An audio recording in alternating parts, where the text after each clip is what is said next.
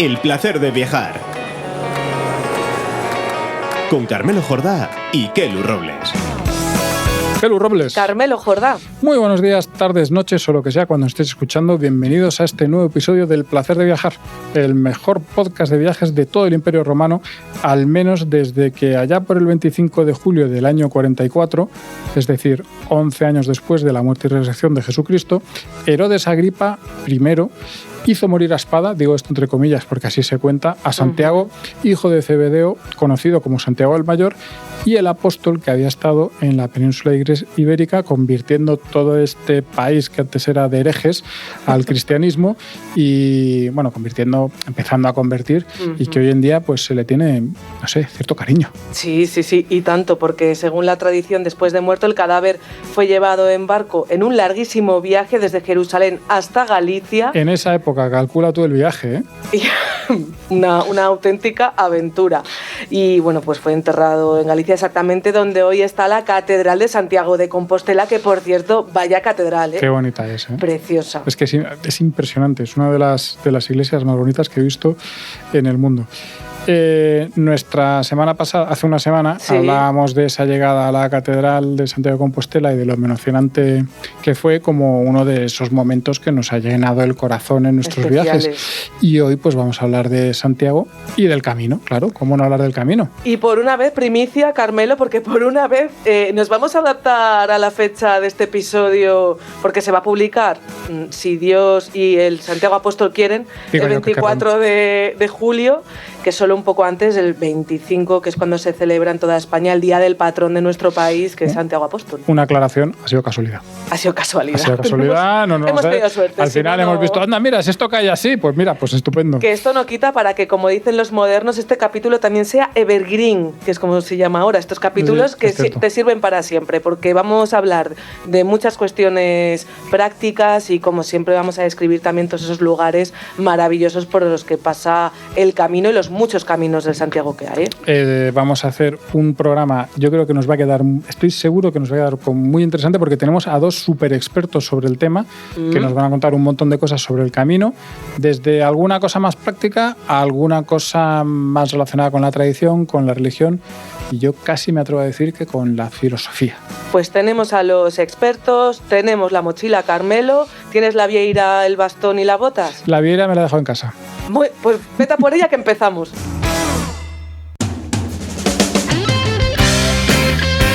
Presenta a nuestro primer invitado.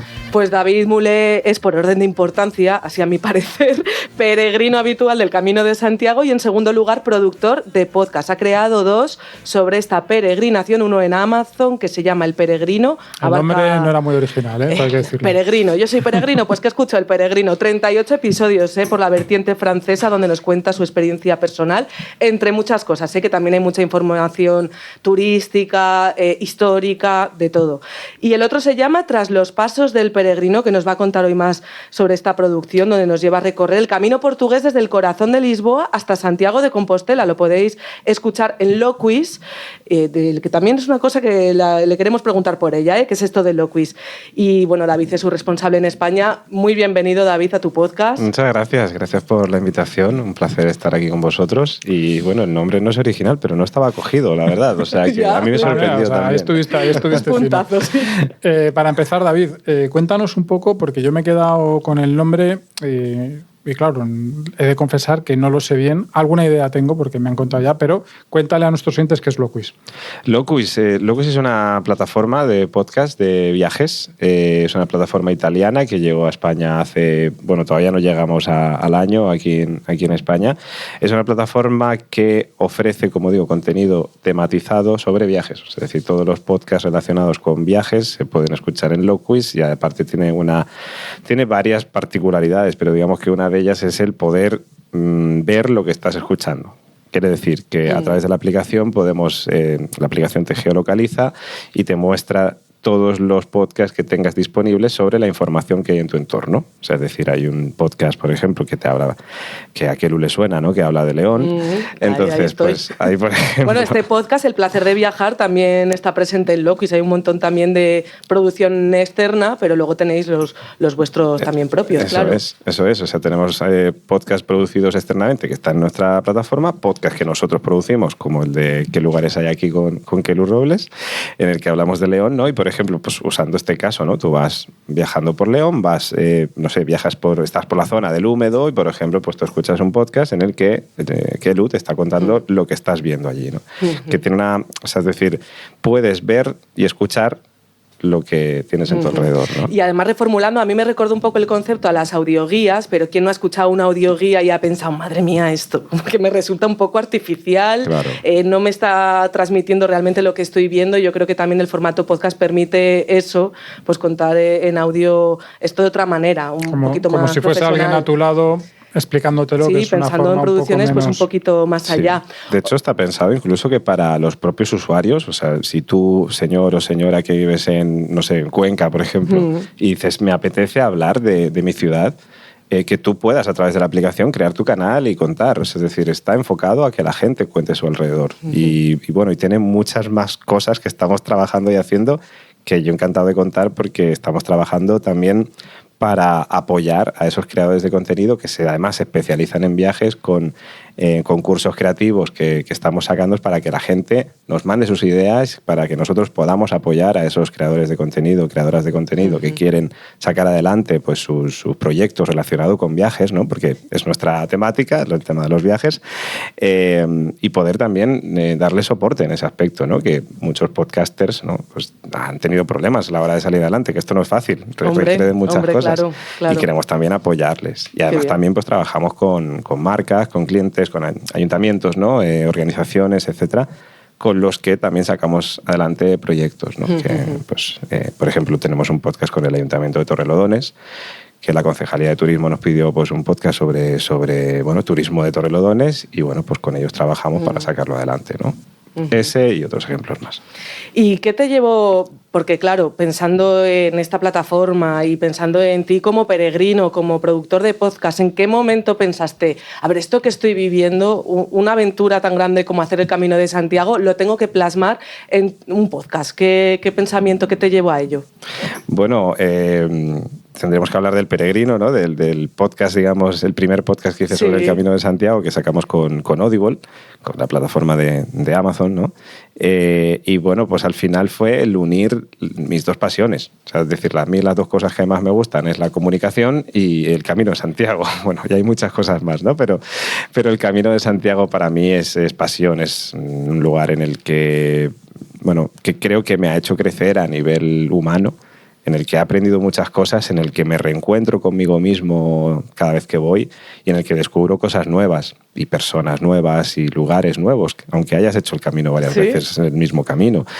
Y bueno, pues unir eso con mi trabajo, con mi pasión, que también es la comunicación, pues fue pues el decir, oye, vamos a hacer un podcast del Camino de Santiago, y de ahí salió el peregrino con Audible, que además tuvo la suerte de apoyar, digamos, de producir ese podcast, y para mí fue una experiencia inolvidable, ¿no? Qué suerte tenemos los que trabajamos en aquello que nos gusta, ¿verdad? Oh, sí, totalmente, totalmente.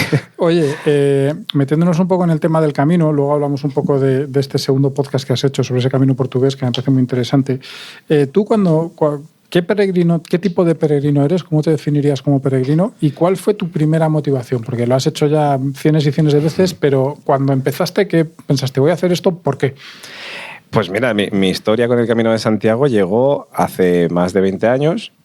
Bueno, 20 años en concreto, ahora que caigo 20 años en concreto, es verdad. Este es mi aniversario. Estamos de aniversario. Fíjate, sí, felicidades. Totalmente, gracias.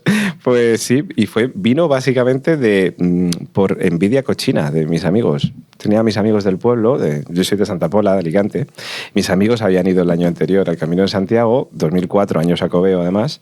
Y dije, yo es que quiero... O sea, me contaban tantas cosas, ¿no? De lo bien que se lo habían pasado y tal, que digo, yo quiero vivir esto. Y es verdad que el año siguiente yo fui con una muy buena amiga mía por aquel entonces, que ella ya había ido además, y me dijo, venga, sí, además te sirvo yo un poco como de guía para que conozcas un poco esto, ¿no? Porque yo digo, yo me voy a hacer el camino, pero no tenía ni idea de lo que me iba a encontrar allí. Digo, sí, caminar, pero ¿qué más, no? Y claro, es que yo di 2 pasos y ya me enamoré de eso. Dije, madre mía, ¿pero esto qué es? O sea, para mí fue una aventura, una experiencia que, pues que no es irte al Amazonas, ¿no? Con un machete y una mochila a sobrevivir, pero que te saca de tu zona de confort, que te hace descubrir cosas de ti que tú no sabías y que te conecta mucho con las demás personas y con la naturaleza. Creo que es muy humano. El Camino de Santiago es sobre todo humano. Para mí el camino no tendría sentido sin los peregrinos. No, o sea, es decir, un camino sin peregrinos sería, bueno, pues un camino. Es la M30, ¿no? Por ejemplo, pues tú la utilizas y caminas, ¿no? Pero el Camino de Santiago sin los peregrinos pierde todo el espíritu, ¿no? Ese espíritu que va más allá de las religiones o de las creencias de las personas. Es curioso porque fíjate que yo esa respuesta no se la había escuchado a ningún peregrino hasta ahora. El resto de peregrinos hacen la magia del Camino de Santiago. ¿Cuál crees que es la motivación para otras personas que te hayas podido encontrar, conocer? ¿Hay algo terapéutico en el hecho de caminar? Sí, vamos, totalmente. O sea, es decir, caminar es totalmente terapéutico. O sea, para empezar, estás haciendo deporte. Todos los días haces deporte porque hacemos entre una media de 20-30 kilómetros. Sí, es un paseíto. Es un paseo, la verdad. O sea, yo me acuerdo hace unos años siendo a la podóloga antes de irme a hacer el camino, justamente el que grabé para el peregrino, ¿no? Que me decía, madre mía, y te vas a caminar 20-30 kilómetros, que me decía, esto para los pies un poco está bien, pero tanto, ¿no? Y es como, bueno, es así, la verdad. Deporte haces, mucho deporte, y está bien porque además te tonifica. Luego, pues se come bien. O sea, es decir, la alimentación en el Camino de Santiago, pues algún día tengo pendiente de hacer cosas relacionadas con eso. Aquí os lo digo como spoiler. Spin-off, camino gastronómico, ¿no? Yo lo tengo ahí, eso, vamos, entre ceja y ceja, porque se come muy bien en el Camino de Santiago y además un tipo de alimentación que necesitas para el ejercicio que estás haciendo también, ¿no? Conoces a otras personas. O sea, es decir, el deporte es bueno, evidentemente, la alimentación es buena. A nivel mental pasas mucho tiempo contigo mismo, pero a nivel mental también pasas tiempo con personas que no conoces de nada, que estás descubriendo, que de alguna manera te muestras desnudo ante ellas y ellas ante ti, porque ahí no existe el David Mulé periodista. Bueno, quizás el año del peregrino sí, porque me venían con mi grabadora y mi micrófono por aquí y claro, decían, ¿qué le pasa, no? Pero ahí no existe eso, pues el David Mulé periodista o el Manolo empresario o Pepita que es, yo qué sé, lo que sea, ¿no? Entonces, ahí hay personas y conoces a esas personas en muy poquito tiempo, muy profundamente. Porque, pues eso, no sé qué tiene, pero te abres a hablar con los demás. Yo además recomiendo mucho que las primeras experiencias sean pues, acompañado quizás por alguien que ya ha hecho el Camino de Santiago, pero que luego te lances a hacerlo solo o sola, porque me parece que es importante. O sea, a mí personalmente me parece que te abres más cuando caminas, cuando haces el viaje solo o sola, ¿no? Y eso también te permite acceder a personas que quizás de otra manera pues no accederías. Y esas personas te cuentan sus historias, tú les cuentas las tuyas, acabáis creciendo y acabáis forjando amistades que, bueno, yo tengo amistades del Camino de Santiago que adoro y que siguen formando parte de mi vida por todo lo que hemos vivido allí, por cómo nos ha unido ese camino. Es que es... a veces hacíamos la broma, ¿no? Típico de esto es como Gran Hermano, claro, pasar 24 horas al día con la gente, evidentemente te coges cariño y conoces mucho a esas personas. Entonces, terapéutico totalmente. Ahora, como dice, bueno, el que haya escuchado El Peregrino lo conoce, ¿no? Es uno de los personajes del podcast del Peregrino, que es Pepo el Tortuga, mi maestro, que yo digo, es que Pepo es mi maestro, que Pepo me dice, el camino es la terapia, pero no se puede estar en terapia todo el rato. De hecho, el propio Antón Pombo, gran Antón Pombo, también me decía lo mismo. Dice, el camino es una terapia, pero no puedes vivir en terapia todo el rato, ¿no? Entonces, sirve para reconectar, sirve para descubrir, pero luego, lamentablemente, tenemos que volver a nuestra vida cotidiana, ¿no? Que además de alguna forma yo creo que es la que hace que valoremos más el Camino de Santiago. Si nuestra vida fuese el Camino de Santiago todo el rato, quizás hay algunos, como Pepo el Tortuga, justamente, ¿no? Que él pueda pues vivir así, de esa manera, y hay otros que quizás diríamos, pues ya no tiene tanta magia como cuando vengo yo de vacaciones, ¿no? Bueno, es el conocido síndrome del peregrino. Claro. La gente que queda atrapada de alguna manera para su vida en el Camino de Santiago. Sí, Existe el síndrome. Sí, totalmente. Y que muchas veces dices, a ver, si es que al final es lo más sencillo, ¿no? Aquí y nosotros encima, que estamos aquí en Madrid, ¿no? Que tenemos por todos lados cosas, que estamos totalmente estresados, que vamos corriendo de un lado a otro. Y dices, con lo gusto que se está ahí tranquilamente viendo el infinito, ¿sabes? Sin prisas. La verdad que hay momentos en los que dices, pues ahí es que estaba mejor, ¿eh? Cuando repites el camino, ¿cómo te planteas? ¿Vas por sitios que ya conoces? ¿Buscas nuevas rutas? ¿Lo haces con gente distinta? ¿Qué es lo que te hace, bueno, este año voy a hacerlo, pero para que no sea igual que el año pasado, voy a hacer esto otro? Bueno, he ido mucho al Camino francés. O sea, el Camino francés es para mí el camino, y luego hay otros caminos que, por supuesto, tienen cosas distintas, características distintas, pero las experiencias son más o menos similares. Entonces, yo cuando voy al camino empiezo a repetir mucho el Camino francés. ¿Y qué pasa? Pues que, claro, la primera vez que yo voy al Camino de Santiago, como digo, hace 20 años, yo hago Sarria Santiago, que es lo que hace todo el mundo. O sea, es decir, la mayor parte de la gente, la mayor parte de los peregrinos, vosotros veréis que sale, ¿no?, en la oficina del peregrino o en las noticias, este año llegan casi 500.000 peregrinos, ¿no? La mayoría de los peregrinos son peregrinos de corto recorrido, ¿no? Te confieso ahora que he sacado el tema que aquí tienes uno. Digamos, a ver, ¿cuál es el mínimo para que te den el certificado? Pues eso. Ya estaría, ¿no? Yo no lo digo como algo despectivo ni nada por el estilo. Es decir, cada uno tiene el tiempo que tiene las ganas que tiene y tiene la capacidad de aguante que tiene. O sea, es decir, hay gente que en esos 5 días, yo mismo, la primera vez que hice el Camino de Santiago, esos 5 días, dije, hostia, es que esto cansa, ¿eh? A mí me dolían hasta las cejas. Claro. De Santiago. Y lo digo, o sea, decir, literalmente no, pero casi. Es decir, o sea, realmente tenía agujetas de arriba a abajo. Pues es que te creo totalmente, es que es así. Hay gente que tú la ves y dices, es que se pasa mal, y solo son 5 días arriba a Santiago. Pues imagínate, o bueno, por ejemplo, el Camino Inglés, ¿no? Desde Ferrol hasta Santiago, pues hacerlo también más o menos en 5 días. Y claro, dices, ostras, es que 5 días al principio, cuando estás conociendo el camino, estás probando, estás viendo qué es, a mí me valía, pero claro, con el tiempo digo, es que yo quiero vivir una experiencia un poco más larga. A ver si mi cuerpo resiste, a ver si no me salen 700 ampollas. Pues yo tuve ampollas hasta mi 10º camino, tuve ampollas todos los años, o sea que, y lo paso muy mal. Y cada año iba alargando ese Camino francés. Cada vez que podía lo alargaba un poquito más. Ponferrada, Astorga, León, etcétera, ¿no? Hasta que pude por fin hacer el camino desde Roncesvalles en este caso. Y siempre me gusta dejar como algo. Digo, ahora, claro, es que no he empezado en Saint-Jean-Pied-de-Port, que mucha gente empieza ahí. Digo, pues es que sí, ya tengo excusa para volver a francés.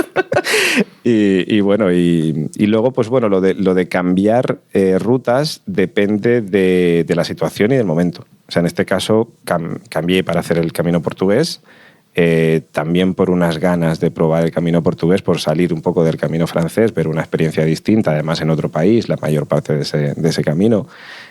También por el proyecto con Lowquiz, pero también por salir un poco de esa zona de Camino francés. Pero es verdad que yo cuando he terminado el Camino portugués, y no es por menospreciar el Camino portugués, el Camino portugués tiene sus cosas y tiene buenas y malas como todos, ¿no? Pero es verdad que terminé y dije, es que ahora he hecho menos el Camino francés. ¿Sabes? Si hubiese tenido tiempo hubiese dicho, mira, descanso una semanita y luego me voy al Camino francés. No tienes remedio. Hace una semana justo hablábamos, Carmelo y yo dedicamos un capítulo de este podcast a momentos emocionantes de nuestros viajes, y Carmelo contaba lo que le supuso llegar a la Plaza del Obradoiro. Y eso que solo eran 5 días. Sí, y claro, esto me hace pensar en ti, que has repetido tantas veces el camino. No sé si también esa emoción cambia o si siempre tienes la misma irremediablemente, esa emoción que se siente la primera vez. Cambia. O sea, sí. Al menos yo, en mi caso, sí, para mí cambia. Cambia porque... Ahora me estoy pensándolo bien, esta respuesta que te acabo de dar. No sé si cambia ahora. ¿Por qué? Porque la primera vez que yo hice el Camino de Santiago, pensándolo ahora, ¿no? Digo, es que al final las experiencias que yo viví en ese Camino de Santiago fueron experiencias que yo viví con las personas con las que hice ese Camino de Santiago. Y claro, y al final lo que a mí me hizo emocionarme, porque a mí me pasó como a ti, dije, 5 días, pero madre mía, si es que dices, qué emoción llegar a la catedral. Sí. Llegas a la Plaza del Obradoiro y te parece que haya pasado un mes. Tenía esas...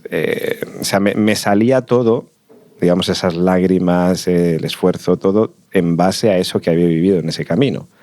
Y es verdad que lo que he vivido en cada uno de los caminos creo que también se ha reflejado en la Plaza del Obradoiro. Pero es que en mi caso hay también tiene un significado la Plaza del Obradoiro, tiene un significado para mí el final del camino.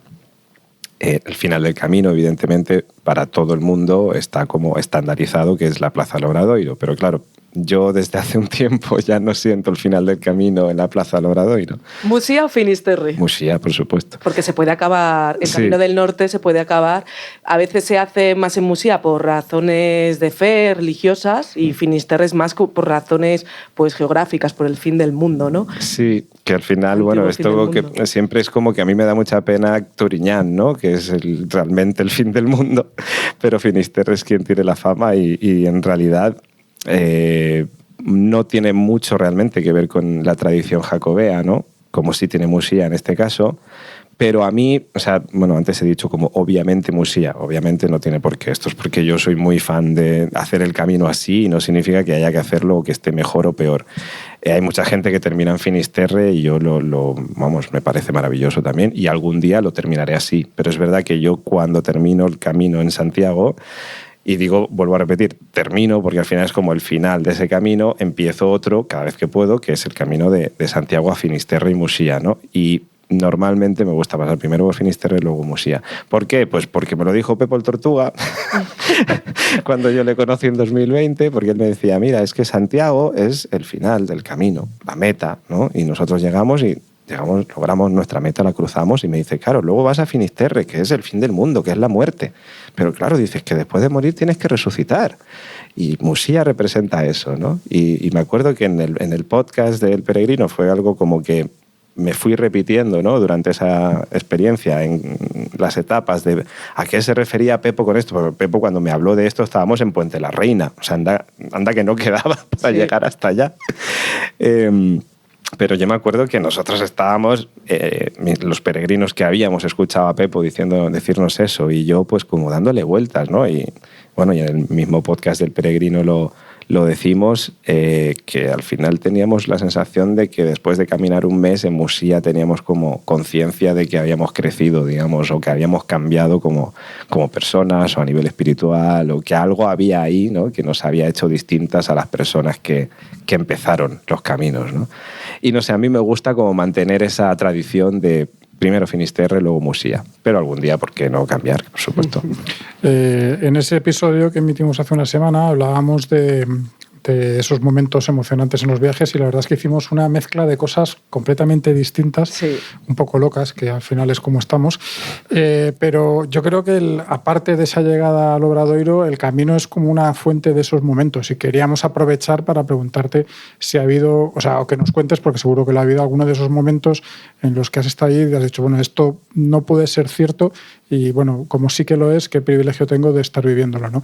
Y también, ya que estamos, porque como somos periodistas siempre tenemos que meter una parte un poco menos agradable, ese momento en el que has dicho, ¿quién me mandaba a mí venir este año con lo bien que estaba yo en Madrid ahí con el sol, el calor o lo que fuese?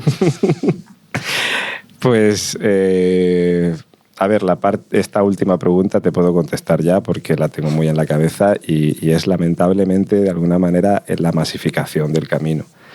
Creo que el camino de Santiago está muy masificado en algunas zonas. Hablamos de Sarria, ¿no? Justamente. Me parece que cuando haces un camino de largo recorrido, notas mucho esa diferencia. O sea, cuando no lo haces, quizás lo notas menos. Pero cuando estás haciendo un camino de largo recorrido y estás acostumbrado a etapas con pocos peregrinos en los que, pues como digo, en los que puedes vivir esos momentos en los que te sientes contigo mismo, en los que compartes algo más exclusivo, digamos, y realmente puedes disfrutar también de la soledad.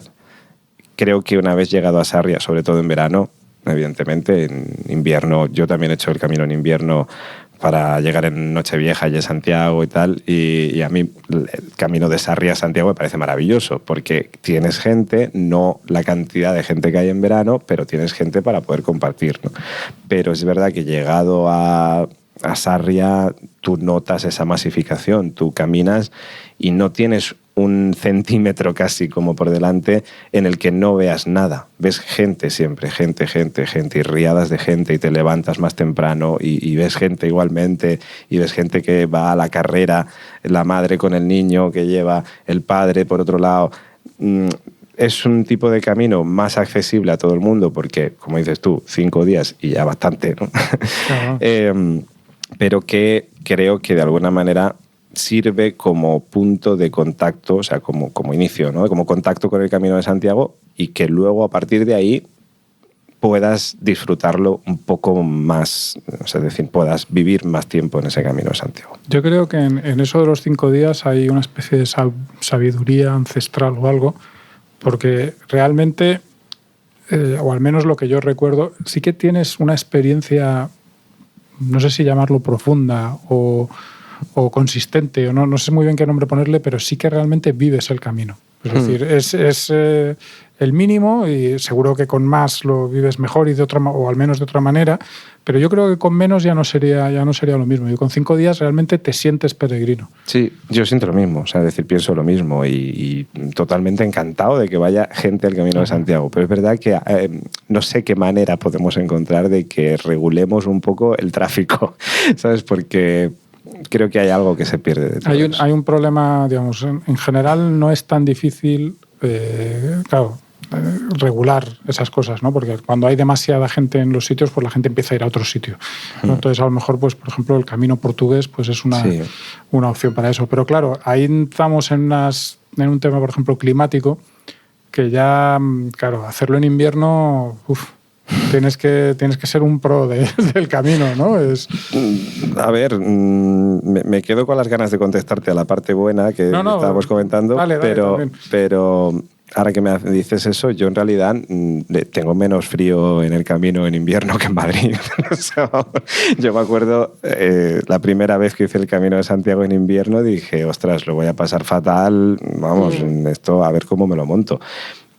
Pues yo tuve menos frío que en Madrid, la verdad. O sea, porque al final estás caminando, caminas, al final llevas tu mochila, llevas más peso que en verano. Suele ser más duro a nivel de que llevas más peso, pero, por ejemplo, el frío tampoco lo notas. Y una pregunta muy breve y volvemos a lo de los buenos momentos. Sí. ¿Y la lluvia? Pues la lluvia al final no te queda más remedio que aguantarte. Mi padre se llevaba un paraguas porque no soportaba la sensación del sudor con la humedad y se ponía malo, porque él lo hizo también en invierno.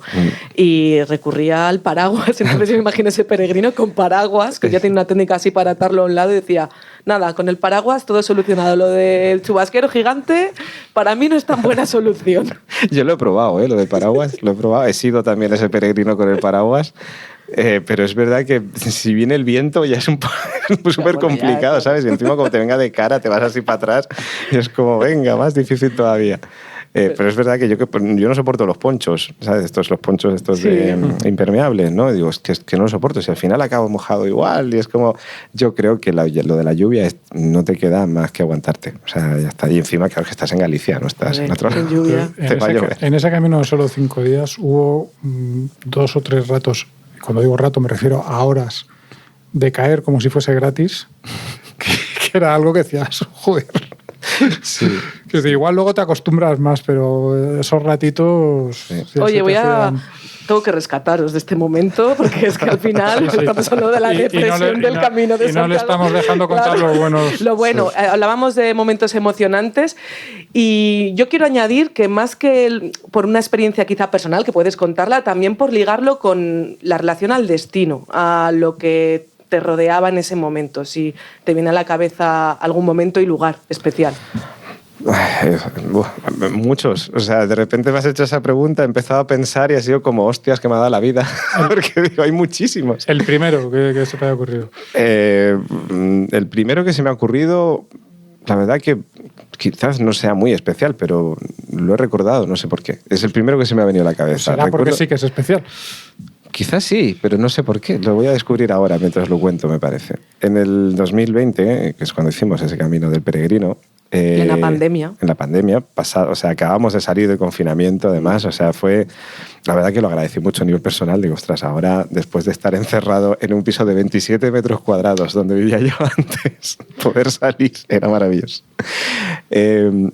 La verdad que, o sea, fue una experiencia maravillosa, como todas las que he tenido en el camino, pero es verdad que el 2020, 2022 son como los dos caminos que más tengo en el corazón, ¿no? Y en ese camino hicimos un grupo, la verdad que maravilloso y que, bueno, en todos lo fueron, pero en concreto en este año hubo mucha unión, digamos, o sea, una unión muy especial que se ha dado también en otras ocasiones, pero que recuerdo con mucho cariño, ¿no? En este caso por el grupo de personas que éramos, cada uno de un lado de su padre y de su madre, como quien dice, de muchos sitios distintos y que además, bueno, recientemente pues uno de mis amigos de ese camino falleció y no sé, para mí es muy, muy, muy especial.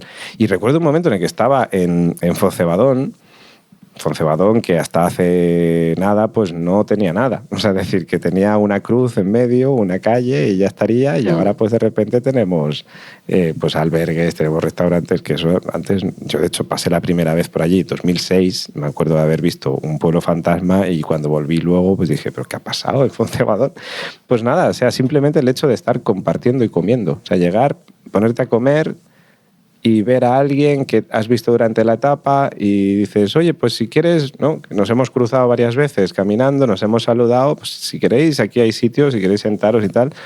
Y se sentaron y luego otros que pasaban también que ya nos habíamos visto y también se sentaron y así se fue creando el grupo. Y realmente eso es algo muy sencillo y es algo que se da en el Camino de Santiago cada día.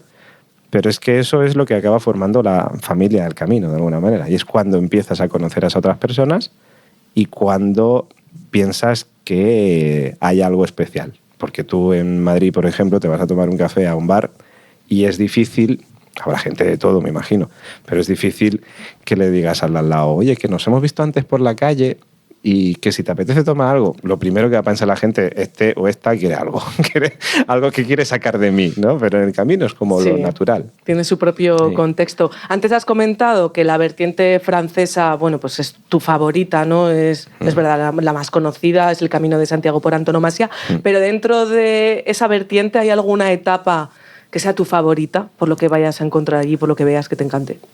Volvemos a lo mismo, que es muy difícil. O sea, yo te puedo decir cuál es la peor. Pero ¿cuál es la Estamos negativos, no saco de ahí. Pero te puedo decir cuál es la peor. Pero porque todo es tan bueno que claro, es que es eso. Se identifica rápido lo malo por excepcional. Lo malo por el dolor de piernas y de rodillas, o sea, no por otra cosa, sino porque el resto, el paisaje es maravilloso, es precioso el lugar y es justamente cuando vas de Foncebadón a Ponferrada. Te dejas las rodillas, las piernas y ya las recogerás ya si las recuperas. Sí, zona de puertos. Esa bajada es de Foncebadón, de la Cruz de Ferro hasta Molina Seca, ¿no? Que es donde termina ya, digamos, toda la bajada. Es rompedora y matadora y es la que más temo siempre. O sea, digo la peor en el aspecto de que es la que más temo a nivel físico. Digo, a ver si después de esto yo continúo. Y la mejor, es que la mejor puede ser cualquiera de ellas, depende de lo que vivas.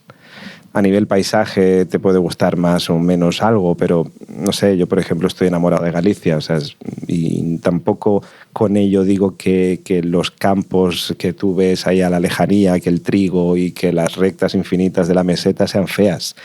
Simplemente son paisajes distintos, ¿no?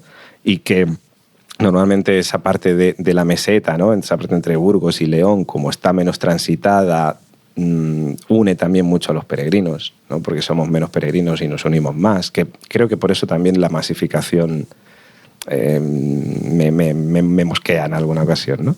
Pero creo que te une más a los peregrinos y ahí pues eso, pues teniendo paisajes que a lo mejor no son el típico paisaje bello y verde, que no lo es desde luego, también es un paisaje bello, pero que a mucha gente igual pues no le llama esa la atención eso, pero vive unas experiencias maravillosas. O sea, es decir, que yo no podría quedarme con una, o sea, ni la llegada a Santiago, ni la llegada a Musilla, Al final lo importante es lo que vives. Que solo conseguimos que se moje para lo malo que lo es, ¿no? es que todo es tan bueno que para mí decidir es como dicen entre mamá y papá, ¿no? ¿A quién quieres más? Sí. Claro, es que no, como lo dicen. Tenemos aquí a un súper experto en el camino y entonces queremos también que le des consejos a si después de todo esto que estás diciendo tan bonito y tan motivador, alguno de nuestros oyentes dice, oye, pues mira, sí, ahora ya esto, digamos, era el impulso que me faltaba para hacerlo, danos consejos básicos, lo que tienes que saber antes de empezar y lo que tú no sabías a lo mejor ese primer viaje y luego pensaste, Dios mío, ¿cómo no he caído en que esto tenía que haber sido así y no así? Pues mira, voy a hacer un poco de publicidad. Lo primero que escuchen el podcast del Peregrino. Me parece muy razonable. Oye, es una buena idea. Todo el derecho. Yo creo que tienen que escuchar el Peregrino en Audible y tras los pasos del Peregrino en Loquis, que, bueno, podemos hablar también del camino portugués. Eso lo primero, porque ahí es verdad que damos una serie de consejos. Una serie de consejos que son prácticos para todos los peregrinos que no hayan hecho el camino y que se quieran iniciar. Yo, sin lugar a dudas, lo primero que le diría a la gente es que, por favor, ya basta de la vaselina. Es decir, la leyenda urbana de la vaselina ya pasó de moda. Sí, la gente se pone vaselina en los pies. Existe la leyenda, que muchos además pues, narran cuando van al Camino de Santiago. A mí es que no me salieron ampollas porque un señor o una señora me recomendó que me pusiera vaselina en los pies. Vale, vaselina en los pies no te va a ayudar a que salgan ampollas. Es más, te va a ayudar a que te salgan ampollas. Si no te salen es porque tú tienes un pie preparado, que lo tienes seco, que no suda demasiado, que particularmente hay pies que son propensos o menos propensos a las ampollas. Que sí, que todos los que hemos hecho el Camino de Santiago hemos sufrido de ampollas. Pero de verdad, hacerme caso, después de muchos caminos de Santiago, después de hablar con muchos expertos para hacer el podcast y personas que han vivido sus experiencias en el camino, es verdad que habrá mucha gente que diga, es que ahora mismo nos estará escuchando y dirá, pues esto que dicen mentira, porque yo me puse vaselina en los pies y a mí, de verdad, os juro que me fue súper bien. No fue por la vaselina, eso os lo puedo asegurar. Hay cremas antirrozaduras que están para eso. Eso sería como el primer consejo. ¿Por qué? Pues yo... Te he de confesar que me has pillado. Yo no me esperaba que... Yo no tenía ni idea de esta leyenda urbana. Pues es así. La vaselina hace que se frote más el pie con el calcetín y al final el frote es lo que acaba produciendo la ampolla. Y yo, que he vivido mucho las ampollas, digo, si alguien me hubiese enseñado al principio que la vaselina no, pues le hubiese hecho caso. Y bueno, hay muchos consejos más. Un buen calzado, por supuesto. Nada de gastar poco dinero porque pues, ahorramos un poco más y si el camino nos tenemos que ir el año siguiente, pues bueno, o si queremos aguantar las ampollas, nos las aguantamos. Pero el calzado influye mucho. No llevar demasiado peso. Al final la gente muchas veces, bueno, yo he visto... gente con secador de pelo, con las planchas, que dices, ostras, no sé si es lo más recomendable, sobre todo porque creo que una vez que llegas allí, como decía antes, ¿no? Vives una experiencia que no es turismo urbano, que es turismo rural, digamos, turismo o no, porque es verdad que es una peregrinación, o sea que... Claro, es que ahí entraríamos en el debate eterno entre el turigrino, como llaman, ¿no? Y el peregrino, y habría gente que defendería una cosa, gente es decir ultrella o buen camino... Bueno, yo soy ultrella totalmente, sí, lo tengo tatuado aquí. Pero es verdad que últimamente, desde hace ya unos cuantos siglos, creo que si dices ultrella no te entienden. Es verdad que la única vez que dije ultrella, y me acuerdo de una anécdota, madre mía, cómo me enrollo a hablar cuando hablo del Camino de Santiago.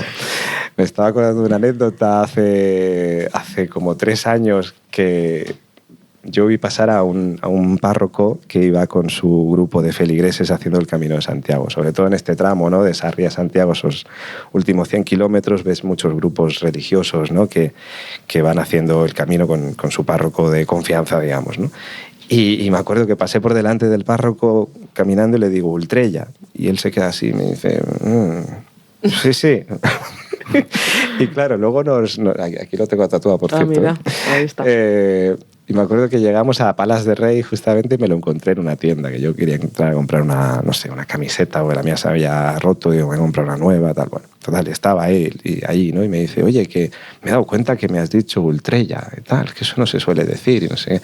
Le digo, si no me entiende usted, digo, ya no creo que me vaya a entender nadie, pues yo a la gente, a algunos le he dicho Ultrella y me han mirado con cara de, se está ¿Eso metiendo tú? conmigo, claro, eso tú, ¿sabes? Y es como, no, Ultrella. Y es verdad que, claro, el señor también se quedó pillado. Pero claro, me decía, pero es que no sé de dónde viene, me decía, ¿no? Y digo, bueno, pues yo se lo explico, no pasa nada, no tiene por qué ser un párroco, ¿no? Y tener que saber toda la historia en este caso en concreto.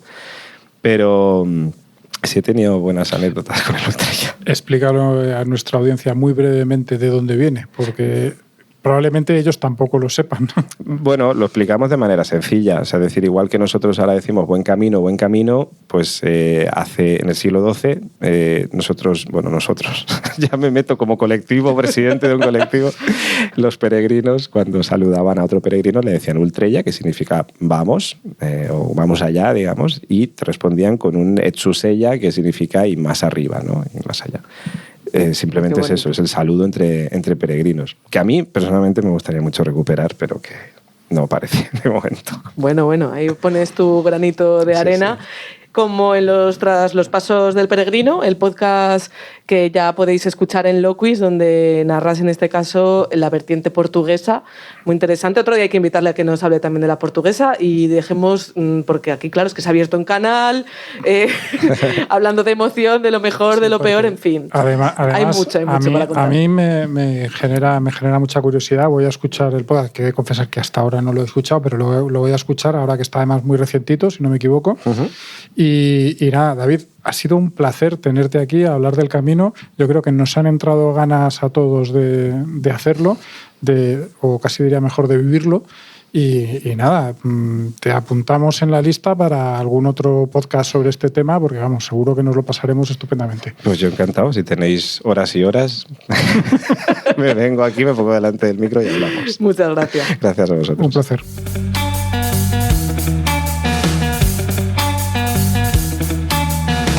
Nuestro segundo invitado es Antón Pombo, historiador, periodista especializado en el Camino de Santiago y autor muy prolífico de guías y publicaciones sobre esta ruta. No sé, el Camino de Santiago en tu mochila, los cuadernos del Camino de Santiago, los caminos en plural de Santiago en coche, la guía del Camino de Santiago, en fin, un montón. No podemos decirlas todas porque no tendríamos tiempo para hablar con él, pero vamos a hablar con Antón, le tenemos al otro lado del teléfono. Muchas gracias por acompañarnos y bienvenido a tu podcast, Antón. Muchas gracias. Hola, ¿qué tal? Buenas. Hola, Antón. Oye, sabemos que estás en ruta, o sea, es que no paras, todo el día estás peregrinando, pero creo que no es el Camino de Santiago, ¿no?, donde te encuentras actualmente. No, fíjate, este año ya llevo 3 caminos y eso que el año estamos todavía en el quinto mes, ¿no? Tienes tiempo para hacer unos 4 más. Sí, ya me he hecho el portugués de la costa, y con la variante espiritual, que no la conocía. Luego, antes de Semana Santa, me hice el camino primitivo entero, siempre a pie y con la mochila.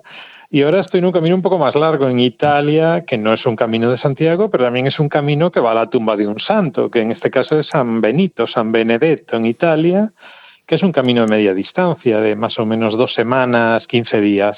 Bueno, no está mal, 2 semanas media distancia. Eso para la mayor parte de los mortales ya es un pedazo de camino impresionante. Centrándonos un poco en Santiago, ¿cuándo y cómo tentó a ti el gusanillo de hacer el Camino de Santiago, que luego ha derivado en que haces todos estos demás caminos? Pues fíjate, lo del Camino de Santiago parece que estaba yo predestinado a tener algún tipo de relación con Santiago. Bueno, en primer lugar, al ser gallego ya es más fácil, ¿no? Sí, eso ya. Y no tenga un vínculo con Santiago.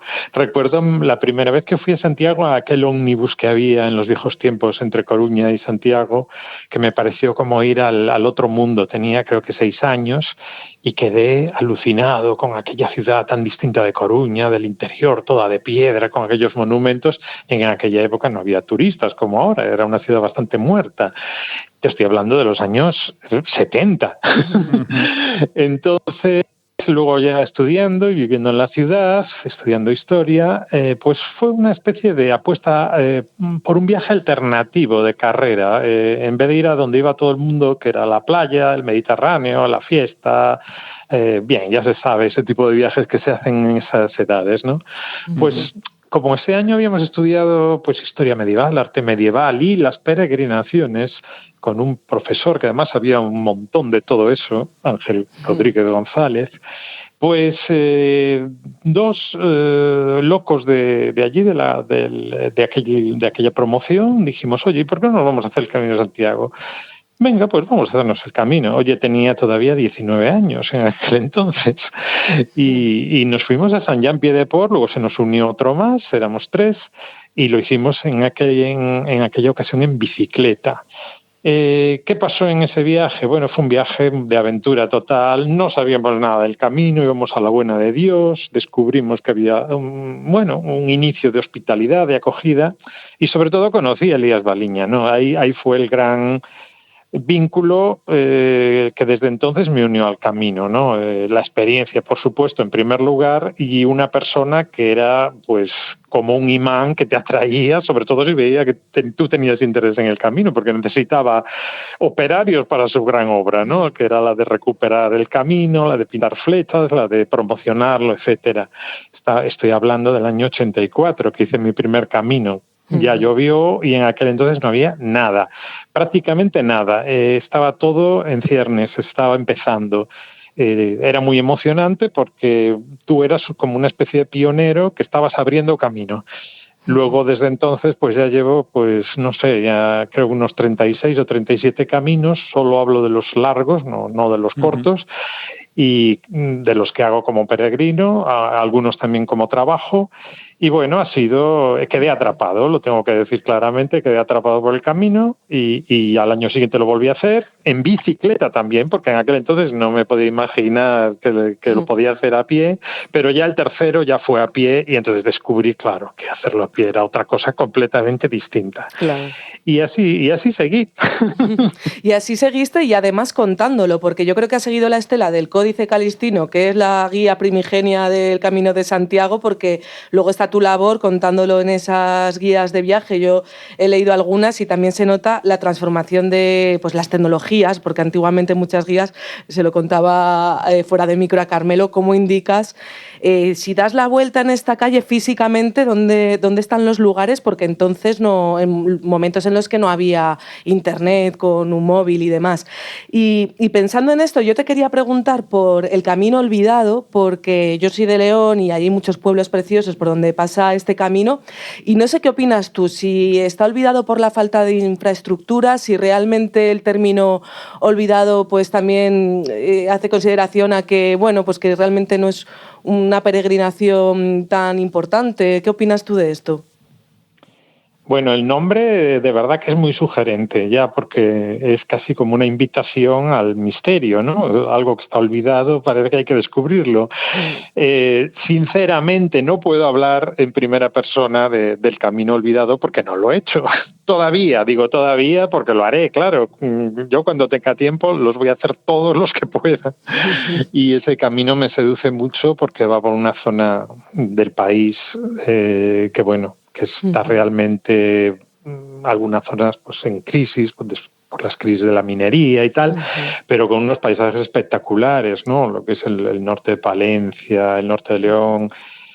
Creo que la gente que lo ha hecho y que me ha comentado, entre ellos Carles, que es mi compañero de los que hacemos las guías de Gronce, me ha dicho que le ha encantado, ¿no? Y él es un gran defensor de que Gronce incluya ese camino cuanto antes en sus guías. Y bueno, lo tengo ahí en agenda. ¿Por qué no está funcionando? Bueno, pues quizá porque hoy en día la competencia es brutal, ¿sabes? Que hay montones de caminos de Santiago por todas partes.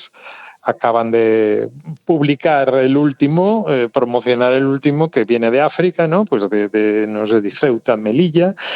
Todas las ciudades españolas están conectadas de algún modo con Santiago, incluso hay camino en Canarias, más todos los europeos que conectan con los de la península. Entonces, hoy en día la oferta de los caminos de Santiago es tan grande bueno, Claro. es difícil hacerse un hueco y tienes que buscar algún tipo de diferenciación o de seducir a un segmento del mercado, vamos a llamarlo, aunque a mí no me gusta hablar de mercado cuando hablamos de peregrinos, para que vayan ese camino. Yo creo que el camino olvidado en estos momentos es un camino también de pioneros y de aventureros, ¿no? Sí, de porque gente claro, que no ya hay ha casi hecho otros albergues, caminos. entonces yo he escuchado muchas historias de gente que aloja peregrinos por la falta de este tipo de infraestructuras, lo cual evita a algunos viajeros que no quieren ir tanto a la aventura, pero a otros les anima a probar suerte y ver si les alojan por ahí la gente de los pueblos, que esto también pasa. Claro, eso tiene un encanto especial porque volvemos a lo que os acabo de contar. A Claro. los años 80 del Camino de Santiago era así. Sí, Buscabas la vida. Hay gente que eso no le gusta, pero hay gente que le gusta porque es la salsa de la emoción de cada día, de buscar un poco el lugar donde te vas a quedar. Y normalmente en estos caminos te acogen muy bien porque saben que los primeros peregrinos van a traer a otros, entonces los suelen tratar de maravilla. Es una apuesta con cierto riesgo, pero también con cierto interés. Antón, queremos aprovecharnos de que eres uno de los grandes expertos y hacerte alguna pregunta que digamos, así de primeras nos llama mucho la atención y saber cosas que yo creo que le van a gustar mucho a nuestros oyentes. Por ejemplo, ¿qué relación tiene el Camino de Santiago con el juego de la Oca? Bueno, no soy un experto en ese tema, pero sí tenía una grandísima amiga, que es Carmen Pugliese, que publicó muchas cosas sobre ese tema, sobre esa temática en la revista que publicábamos conjuntamente hace ahora unos 15 años, salieron varios números de la revista Peregrina. Ella llegó a incluso hacer un programa en televisión sobre este tema, ¿no? Uh-huh. Y bueno, al parecer, pues sí, tiene una relación porque el camino también tiene una dimensión iniciática, igual que el propio juego de la Oca, que es una especie de experiencia mística o de aprendizaje o de crecimiento con una serie de retos, de pruebas, de trampas, de sorpresas y también una especie de muerte simbólica, ¿no? De transformación personal, dado que es un itinerario de transformación y de crecimiento personal. La Oca sería la plasmación material en un juego de lo que podría ser la ruta jacobea, y parece que los vínculos vienen ya desde la Edad Media, incluso antes, ¿no?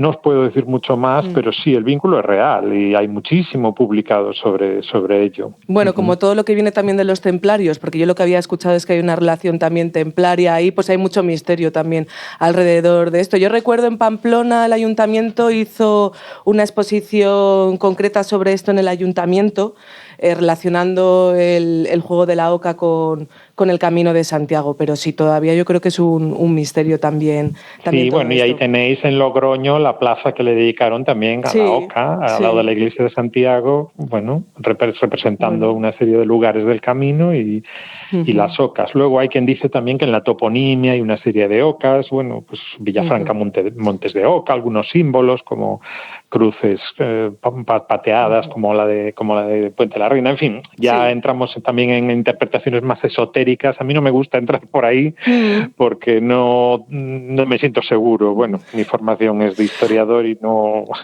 me quiero arriesgar. También con los templarios hay mucha exageración y se han dicho cosas que no son reales, ¿no? Por ejemplo, lo de Unate o Torres del Río, atribuciones a los templarios que no están documentadas. Entonces, bueno, no se puede decir porque no se sabe. Antón, pero en tu puente por puente y tiro porque me siga la corriente, ¿cuál es tu próximo objetivo como peregrino, además del camino que estás haciendo ahora?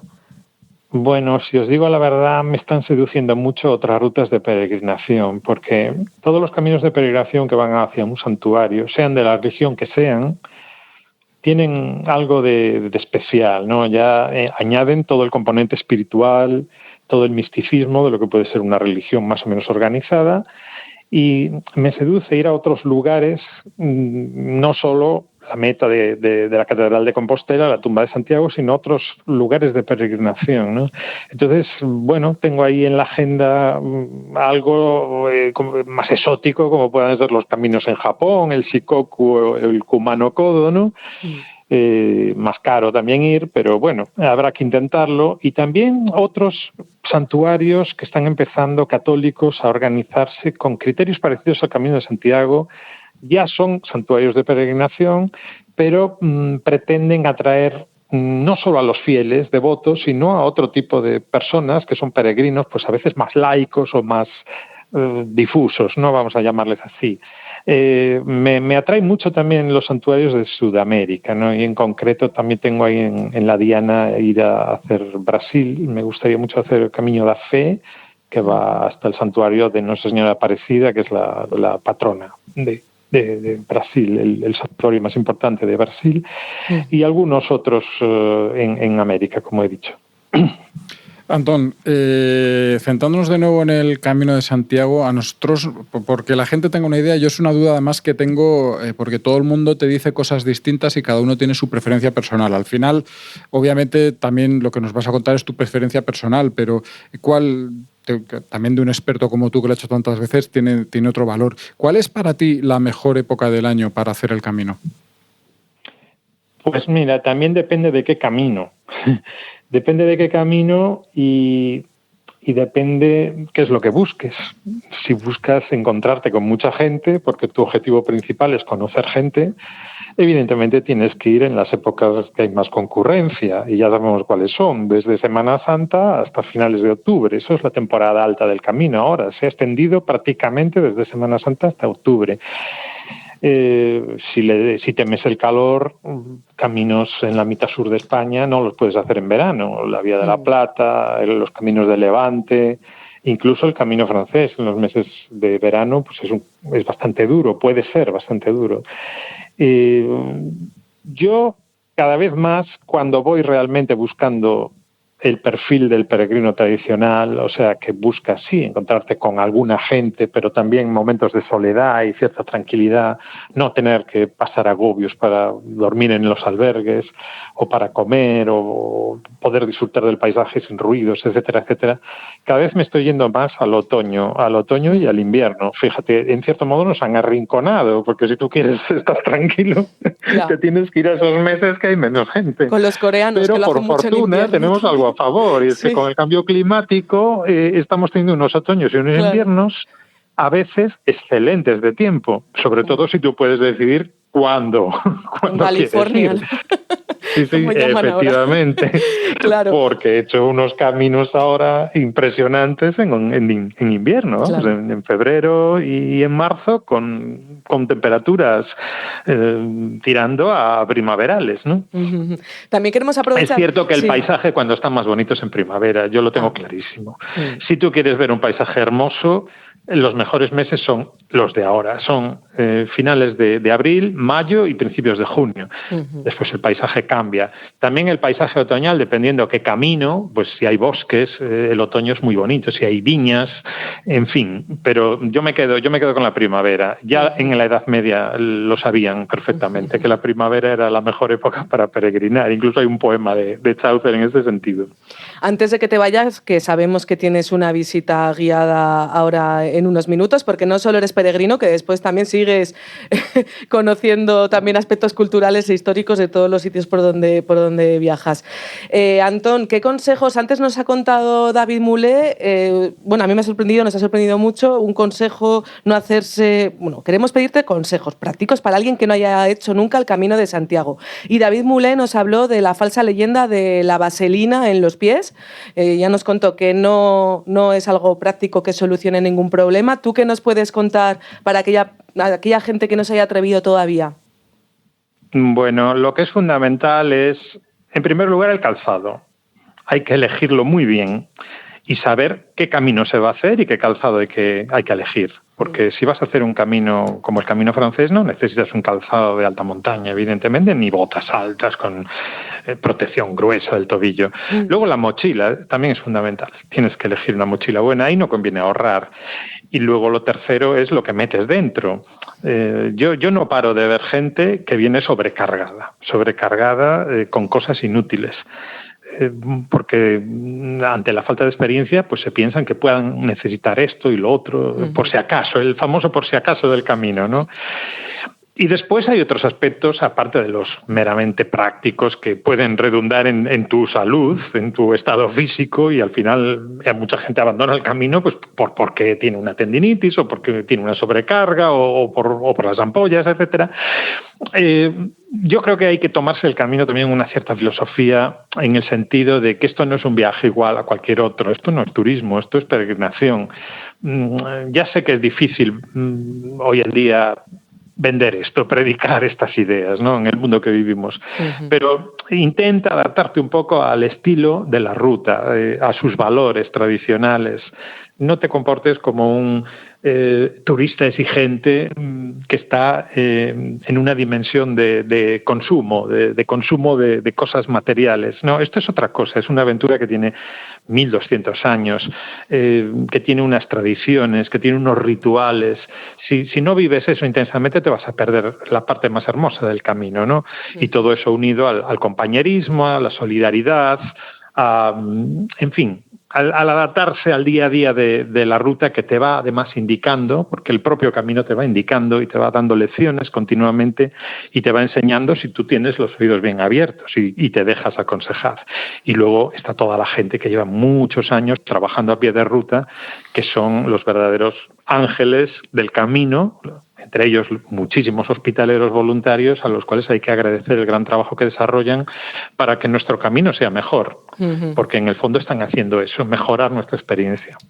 Antón, ha sido un placer escucharte. Muchísima suerte en tu camino de San Benedicto, ¿era? Perdóname. San Benedetto, ¿no? San Benedetto, sí. Benito de Nursia, el patrono de Europa. Sí. San Benito, me gusta más Benito que Benedetto, aunque sea menos auténtico, ya que ahora que estás allí. Bueno, eso, mucha suerte en ese camino y en los muchos que según nos cuentas vas a hacer y que seguro que vas a hacer y que vas a disfrutar. Ha sido un placer estar contigo. Ha sido un placer para mí también. Muchas gracias. Un abrazo. Carmelo, y tú y yo la semana que viene, en esta peregrinación de los podcasts, seguimos nuestra andadura. Tendremos la semana que viene una etapa más de nuestro peregrinar a través de las ondas y la internet. Ultrella. El placer de viajar, con Carmelo Jordá y Kelu Robles. Escucha este y otros programas cuando y donde quieras a través de los podcasts de Libertad Digital y Es Radio. Instala nuestra aplicación para iOS o Android. Entra en nuestra web Es Radio FM o búscanos en iVoox, Apple Podcast o Spotify.